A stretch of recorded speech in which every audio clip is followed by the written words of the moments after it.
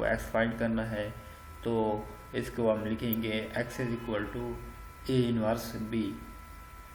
अब inverse find करने के लिए आपको डिटर्मिनेंट भी चाहिए उस मैट्रिक्स का और उसका एडजॉइंट भी चाहिए। ये हमने फाइंड कर लिया। Determinant is equal to 4 and adjoint of matrix A is equal to, आपने जो मेन डायगोनल एंट्रीज हैं उनके पोजीशन चेंज करनी है और ऑफ डायगोनल एंट्रीज की साइन चेंज करने हैं। तो आपके पास जो इनवर्स मैट्रिक्स है वो आ जाएगी 1/4 इंटू 1 1 माइनस 1 3। आपने 1/4 मल्टीप्लाई कर देना है इसके अंदर, तो इस तरह की आपको एक मैट्रिक्स मिल जाएगी।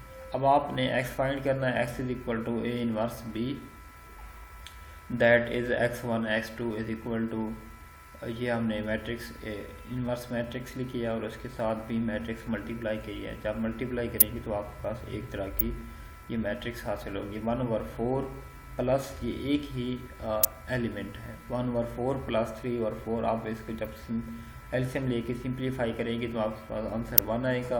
और सिमिलरली नीचे क्या है -1/4 प्लस 9/4। ये एक ही एलिमेंट है। ये यानी कि इसमें 2 रोज हैं और एक कॉलम है, ठीक है। ये आपके पास इस तरह बन जाएगा 1 2। अब यहाँ से आप अगर कंपेयर करें दो मैट्रिक्स इक्वल हैं तो इसका जो करस्पॉन्डिंग एलिमेंट्स होंगे वो भी इक्वल होंगे। x1 इज इक्वल टू 1 आ जाएगा और x2 इज इक्वल टू 2 आ जाएगा। इस तरह आपने जो अननोन्स हैं वो वेरिएबल्स हैं, अननोन वेरिएबल्स हैं, उनको आपने फाइंड किया। सिमिलरली आपने इसका जो पार्ट 2 है वो करना है। उसमें क्या है, matrix are the form of system x1 plus 2x2 is equal to 4 2x1 plus 4x2 is equal to 12। आपने सबसे पहले इसकी मैट्रिक्स फॉर्म लिखनी है। मैट्रिक्स फॉर्म लिखने के बाद यहाँ से आपको क्योंकि ये बन जाएगा ax is equal to b, आपको x फाइंड करना है। x फाइंड करने के लिए बन जाएगा x is equal to a inverse b। आपको मैट्रिक्स a का इनवर्स फाइंड करना है। तो इनवर्स फाइंड करने के लिए आपको 2 चीज़ें फाइंड करनी होती हैं, एक उसका डिटर्मिनेंट एंड उसका एडजॉइंट ऑफ ए। जब आप इसका डिटर्मिनेंट फाइंड करते हैं तो आपके पास क्या आ जाता है, इसका आंसर 0, जो कि इसका ये मतलब है कि जो मैट्रिक्स ए है वो क्या है, सिंगुलर है। ऐसी मैट्रिक्स जो कि सिंगुलर होगी आप उसका इनवर्स नहीं फाइंड कर सकते, तो आप क्या कहेंगे, so a inverse does not exist. Multiply the first equation of the above system by 2 we have. अब अगर आप इस सिस्टम से को जो सिस्टम है इसकी फर्स्ट इक्वेशन है इसको 2 से मल्टीप्लाई करें तो ये बन जाएगा 2x1 plus 4x2 is equal to 16। अब यहाँ पे देखें ये जो इसकी लेफ्ट हैंड साइड है, यानी कि जब आप इसको 2 से मल्टीप्लाई करेंगे ये बन जाएगा 2x1 plus 4x2 is equal to 16। इसकी जो सिस्टम की लेफ्ट हैंड साइड हैं ये इक्वल बन जाएंगे। नीचे वाले भी वही है ना, 2x1 प्लस 4x2, ठीक है। तो इसकी जो लेफ्ट हैंड साइड ये सेम है, बट ये इसकी राइट हैंड साइड है वो क्या होंगी, डिफरेंट होंगी। फर्स्ट इक्वेशन की क्या बन जाएगी 16 और सेकंड इक्वेशन की 12, जबकि ये मुमकिन नहीं है, ठीक है। अगर आपके पास इसकी लेफ्ट हैंड साइड इक्वल है तो राइट हैंड साइड भी इक्वल होनी चाहिए थी। तो हम क्या कहेंगे, ये जो सिस्टम है इसका सोल्यूशन एग्जिस्ट नहीं करता, क्योंकि आपके पास जब आप x1 और x2 की वैल्यूज़ फाइंड करते हैं तो आप जब इस इक्वेशन में पुट करेंगे तो आपके पास 2 डिफरेंट वैल्यूज़ आएंगी, ठीक है। कोई भी ऐसी x1 और x2 की वैल्यूज़ नहीं है जो इस इक्वेशन को साइमल्टेनियसली सेटिस्फाई कर सके कि x1 और x2 जब आप पुट करें दोनों इक्वेशन में उनके आंसर जो है वो सेम आए, ठीक है। तो हम क्या कहेंगे, उस केस में होगा जब उसका इन्वर्स एग्जिस्ट नहीं कर रहा होगा। जब इन्वर्स एग्जिस्ट नहीं करता तो हम क्या कहेंगे, उस ये जो सिस्टम है इसका सॉल्यूशन भी नहीं है। अब हमने देखा है एक इन्वर्स मैट्रिक्स की वजह से कैसे हम उसके जो अननोन वेरिएबल फाइंड करते हैं। अब हमने क्रैमर रूल की मदद से वो अननोन्स फाइंड करने हैं, x1 और x2। Cramer rule of a system of 2 linear equation. आपके पास एक सिस्टम गिवन है a11 x1 plus a12 x2 is equal to b1, a21 x1 plus a22 x2 is equal to b2 be a system of equation for which the determinant of a coefficient matrix is not 0। ये condition है कि आपके पास system को solve करने के लिए क्या होना चाहिए, उसका जो डिटर्मिनेंट है वो नॉन ज़ीरो के इक्वल, ठीक है।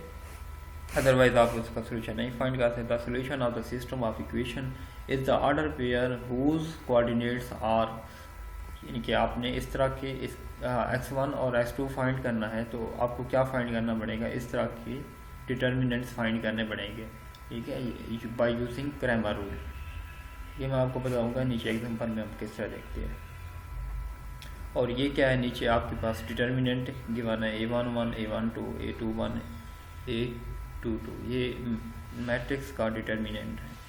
तो नीचे हम इसकी पार्टिकुलर एग्जांपल देखते हैं, उसमें समझने की कोशिश करते हैं कि क्रैमर रूल को किस तरह यूज़ किया जाता है। एग्जांपल नंबर 1 है solve the following system of equation using the Cramer rule.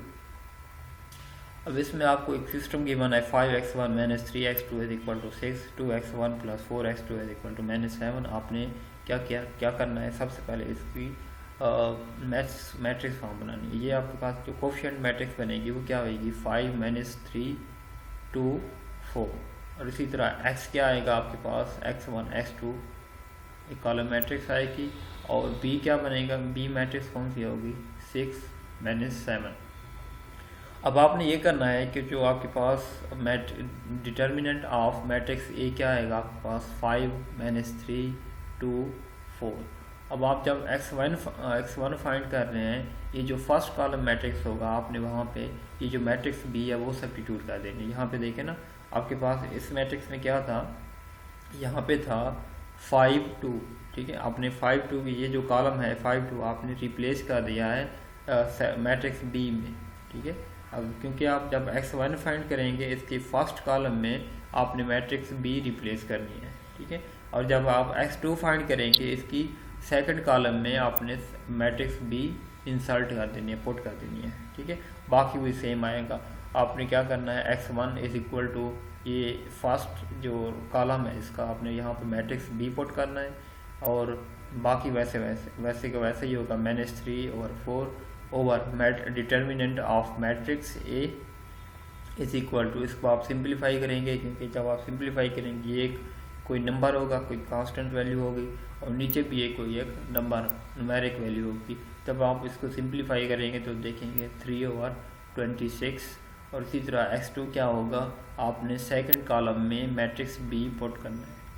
Determinant of matrix ए पहले फाइंड करना है, उसके बाद जो इसका डिटर्मिनेंट ऑफ मैट्रिक्स ए होगा उसके सेकंड कॉलम में आपने मैट्रिक्स बी पुट करनी है, ये जो 6 - 7 है, ठीक है। ओवर डिटर्मिनेंट ऑफ मैट्रिक्स ए होगा, इसको जब सिंप्लीफाई करेंगे ये आपका आंसर आ जाएगा -47/26। तो ये क्या होगी आपकी x की और x1 और x2 की वैल्यूज़ होंगी। तो सोल्यूशन